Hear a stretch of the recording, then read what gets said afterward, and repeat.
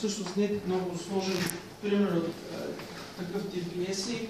Има стотици начини за звукоизличане от пианото, но това е една добра интродукция към този стил. Това може би около 14 часа работа общо взето. Всеки трябваше да запомни пиесата и броя на репетициите, което не е толкова сложно, но все пак трябва да стане.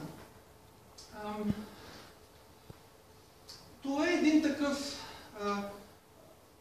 оглед на авангардните движения в 20 век на американската музика.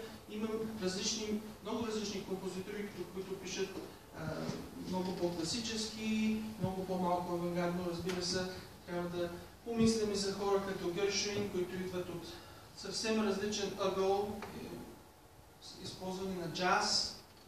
Рактайм също е много често срещан стил в 20 век на американско писане. Не непременно за чист рактайм, но елементи от рактайм навлизат в класическата музика. Дори пиеса, която вие чухте вчера от Моцарт, някои от акомпанементите бяха в стил рактайм.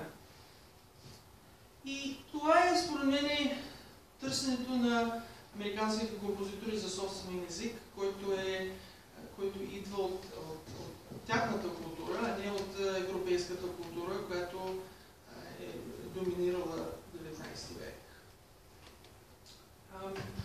Аз съм подготвил за вас днес, ако имате въпроси или просто искате да разгледате натите или нещо с удоволствие.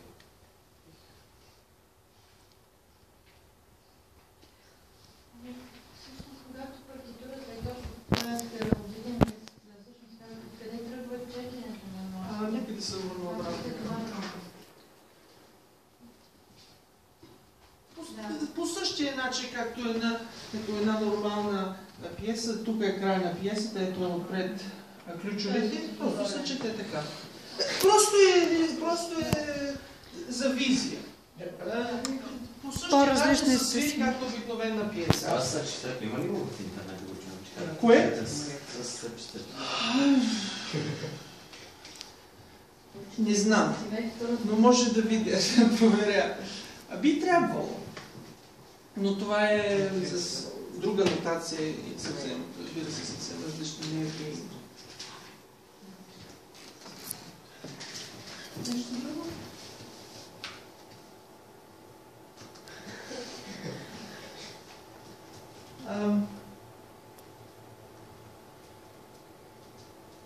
Много тези пиеси са трябва да бъдат погледнати от философска гледна точка, не само, както казах, от практична гледна точка, защото в край на краищата музиката, която свирим, има философска стойност.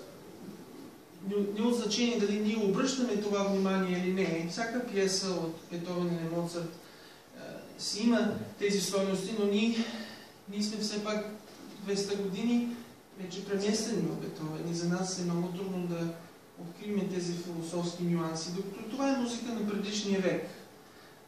Музика, която моите родители са били родени през нея и музика, в която аз намирам нещо много общо, защото е написана в един период, който аз разбирам по-добре. Важно е да се мисли също и за двете световни войни по време на 20 век, които променят мисленето на композиторите много сериозно. И търсенето на един нов ред, защото стария ред е пропаднал, с други думи. Пиесата от Равел, като предполагам всички познавате на Валс, точно това показва разпадъка на аристокрацията и на 19 век, защото Валса, който всъщност Равел пише, започва да се разпада в края на пиесата. Което е идеята е много по-дълбока, отколкото просто един валс. Става въпрос за разпадъка на една култура и за търсенето на нов ред, който да работи. И затова сериализма, например, е един опит да се контролират всички аспекти на музиката. Търсене на нов ред и нови идеи. Но както виждате, сериализма не е последния вик на композицията, да се каже. Много модерни композитори започват да се връщат към един по-тонален начин на писане. Може Тези с свирка. Така. Така. Вие само ви пише откъде горе-долу до къде. Пише откъде до къде. Значи, този не пише... Няма точни ноти, нали? Смисъл просто. Пише всички ноти от ла до ла. Значи идеята е да се натиснат... Същото е това. От ла до края на клетата. От ре. И понеже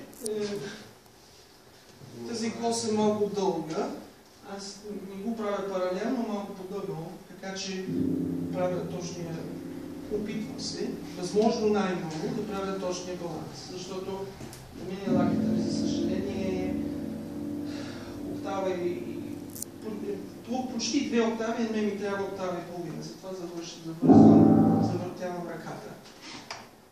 Това искам да кажа, че има един определен интерпретация, която пианистът трябва да открие сам. Композитора ни пише, пробвайте различни такива работи, това е нашата задача, което е всъщност много забавно. Един разрешение, един друг проблеми.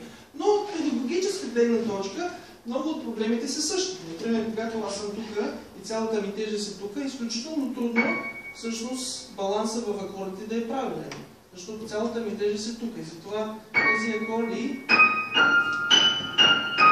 може да опитате, не е никак просто да се извлече всъщност петия пръст отгоре, за да бъде всъщност една истинска мелодия. Разбира се, ритъм, когато човек свири нещо такова, се подобрява ритъм е един вид, не са, човек не очаква нещата да звучат непременно както е свикнал, налага се да се брои, което помага след това, когато се свири една пиеса от Бетовен, например, защото Бетовен има много нестандартни идеи, които ни трябва точно да изпълним, които не са толкова логични, колкото смятаме. Така че, също от педагогическа гледна точка има различни ползи от този репертуар. Може да не са толкова ясни, но са там. Аз искам да попитам, че и преди съм се чуил средния педал, как точно, на какво основа?